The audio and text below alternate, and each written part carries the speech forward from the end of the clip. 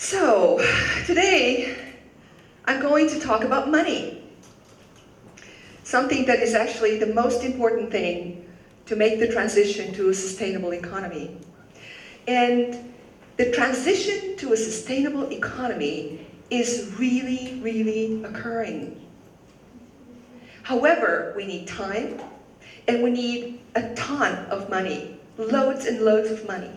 Now, did you know that one of the largest percentages of the money that could be invested is currently rotting away in safes, not being invested? It's just unbelievable. I cannot believe it. And the reason for that is fear. Fear that I'm going to lose it. Well, now what happens to people that risk? They might lose, right? We just heard it. You know, a company may not work out, or you may lose your job, or, you know, there are so many things that can go wrong. But I believe that people who don't risk have already lost.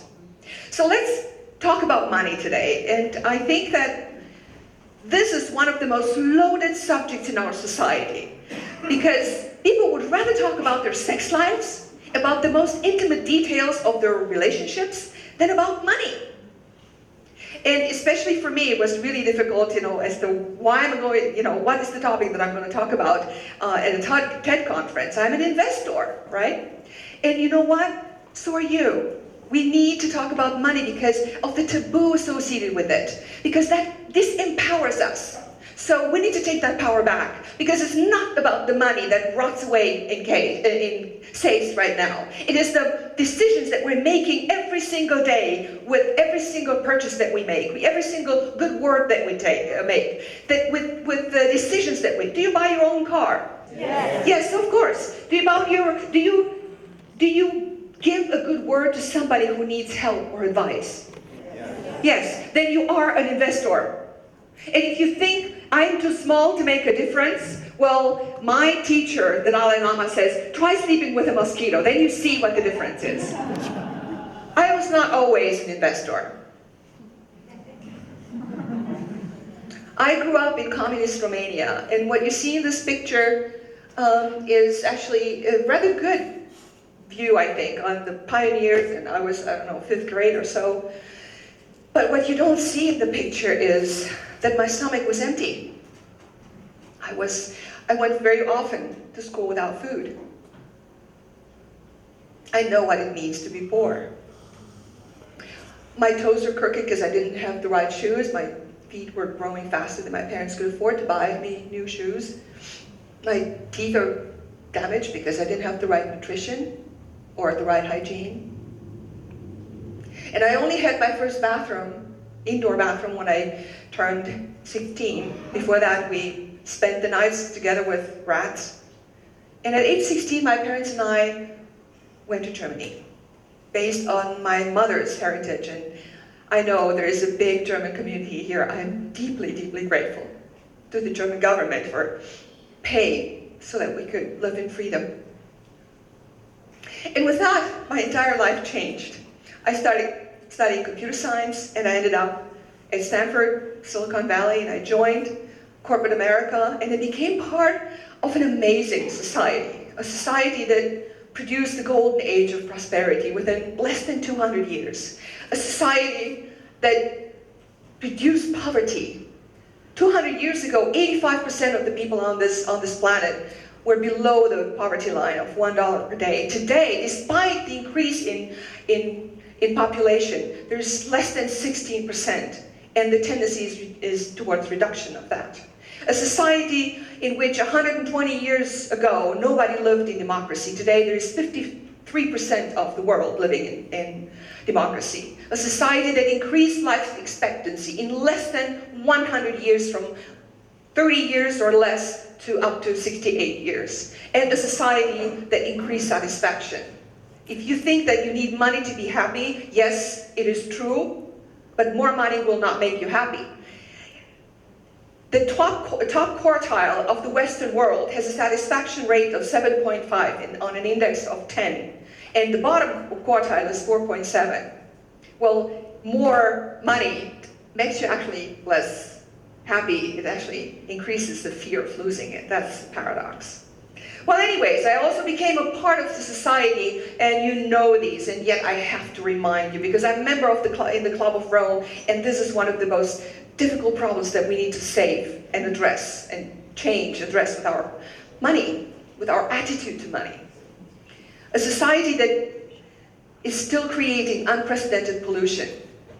What does that mean? Every single day we put 90 billion tons of CO2, of heat-trapping CO2 into the atmosphere. And you know how much that is? Who knows how much that is in terms of weight?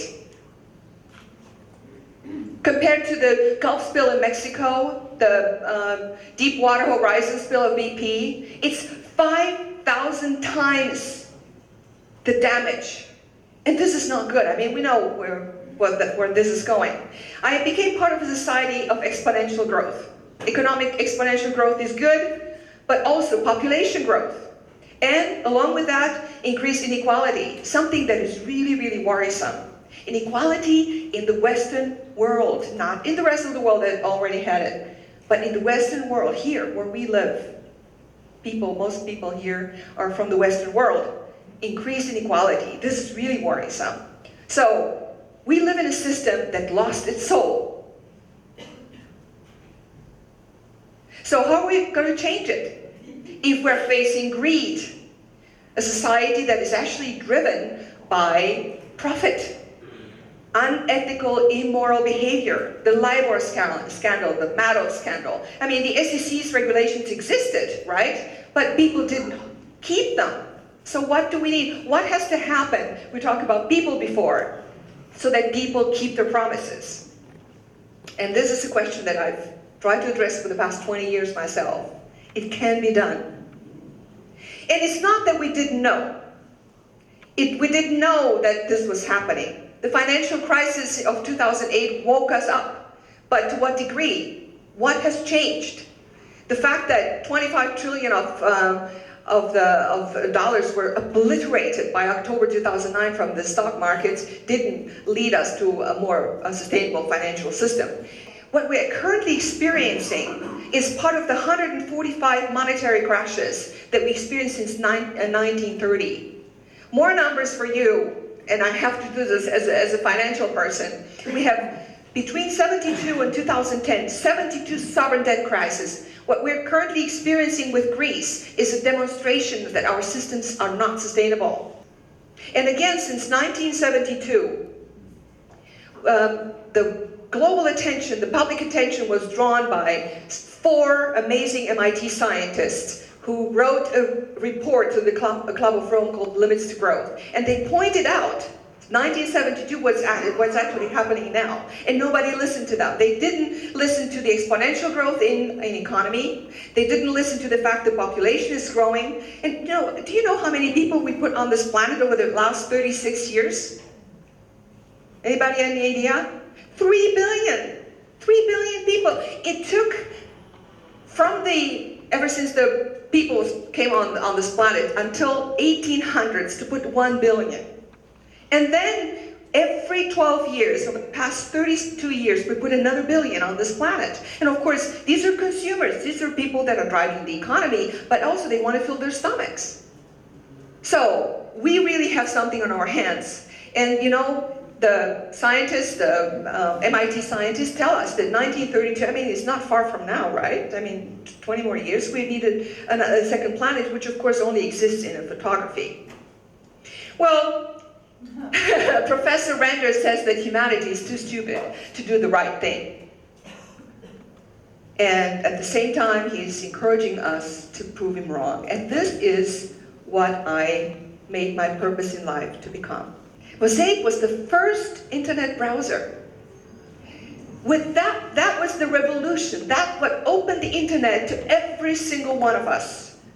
And we knew that something is really changing. We're both computer scientists. We left Silicon Valley, came to Europe, and wanted to help people move onto the internet in Germany. Now guess what happened? We went to the various banks, Commerzbank, Dresdner Bank, Telekom, and so on. And, well, we want to help you get onto the internet. And they said, what's the internet? They didn't have access to the internet. And there are several people who were part of that in this room. And so what we then thought, oh my God, what's happening to our dream? Then I continued the technology transfer from Silicon Valley. My husband gathered money from our fools and family and so on, and started an internet service provider to help people move on to the internet. And we were so lucky.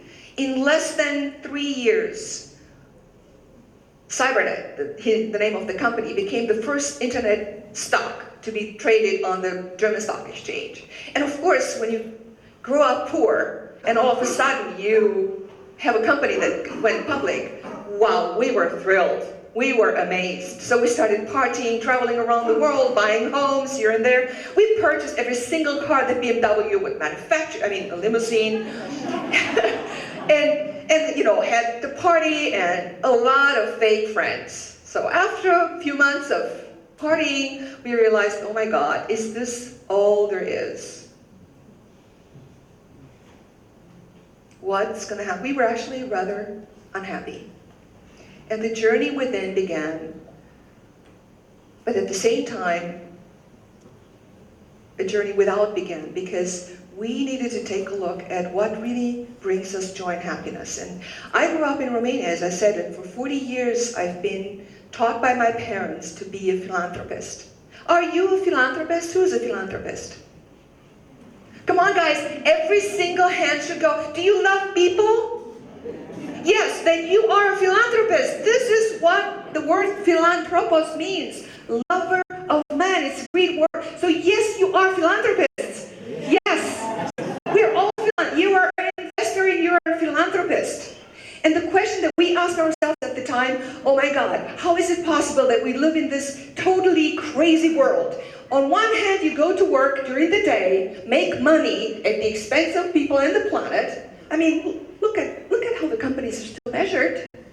It's the bottom line, right? When you get your report every day, every week, or once a month, or whatever from your bank, do they tell you how many wells they grew and how many people they healed and how many jobs they created? No, you have a bottom line. That's it, right? We live in this schizophrenic world, and then during the weekend, or at night, or and so on, you go and donate, right, to philanthropic charities, organizations. So we have a for-profit and not-for-profit world, right? So we broke our head, like, how can we create a system within our own ideas? Because we create companies. We wanted to create sustainable and responsible companies from the very beginning, just like the previous speaker. But our systems are not in place, so we have to create them. So we went around the world and met with Al Gore and spent time with people who are currently doing these things and learned from them. So we met with Al Gore, starting with the Dalai Lama, Fritjof Capra, people, you know, ethics was so important for us. How can we integrate those ethics in the system? So we studied with Tony Robbins, and Tony Robbins actually introduced me to Ken Wilber. And the meeting with Ken Wilber, who is one of the greatest philosophers alive today, one of the most brilliant people on this planet, he introduced me to a model that helped me create the integration for our investment model. And of course, that would be another TED Talk to take you into this. All I can tell you that it's been an amazing journey. We have been able to prove venture capitalists who have not delivered anything over the past 10 to 15 years, the venture capital model, as the Kaufman Foundation says, is dead. They have not been able to help to provide profit that they promised, and they didn't make any difference. As a generalization, I'm talking about the industry. But it is possible. It is possible through the intention that is in every single one of you to really integrate. So, like the previous speaker, there are ways to make sure that when you invest in a company, into that entrepreneur and his or her team, these people, no entrepreneur wants to start a company to make money. Of course they want to make money. Who doesn't? I mean, somebody has to pay for this, right? Money is not bad. What we do with money at times is bad. But what's happening when they then do fundraising, they meet with venture capitalists and they ask, oh, where's the joystick? How much return are going to do? So all of a sudden you find two liars in front of each other, right? They're pretending, right? So as an example, we had the opportunity to invest in a game company. And at the same day we decided, oh my God, game company, we had a small son at the time. And he was already interested in video games, and this is terrible. We didn't like the idea, although we would have been able to make a ton of money. Trust me, you can make a lot of money in video games. But the same day, a doctor came across, and he said, you know, when you get a stroke, you only have 4 hours time window to save your life, to get help, or to die. And so we decided to invest in this amazing doctor at the risk of losing the money that was developing a stent to help these people. And I have friends whose lives were saved in Germany where the product was tested. 10 years later, it takes time to develop quality. This is the world leader in ischemic stroke stents manufacturing. So our secret sauce, the 6 Ps, is the integration between people, planet, and profit with passion. Some would say with focused enthusiasm and purpose. Focused enthusiasm, I love the word, because within the word enthusiasm, do you know what that means? Enthusiasm, in Theos, in God. So you become a vehicle for God. And so you can join us. Please join us. Take every opportunity. There are so many amazing possibilities to act with your little money, more money, less money, with your word, with a view, with your time. Join us because there is hope. 22% of all assets under management currently are being invested by people like you, like us, with a people, planet, profit idea in mind. 22%, think about it. The transformation is very near, and the only enemy is fear. Fear not because you don't have a scientific proof that you're going to get your financial returns if you invest with money and you're not losing it if you focus on the people and planet.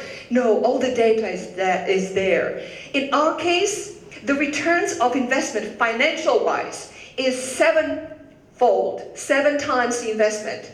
At the time where venture capital industry didn't deliver anything, over the course of 20 years, the financial return was 7x, 7 times. So there is hope, and you can do it. You can do it if you really, really want it. And this is what the industry wants, consciousness transformation. This is the only problem we have if we do not achieve what is needed to save ourselves. But, in one more word, we have heard of exponential growth, population, economics, financial, consumer. The same exponential growth acts on our consciousness. And we're very close to the tipping point where it's going to be self-understood that we need to have a system that integrates people, planet, and profit.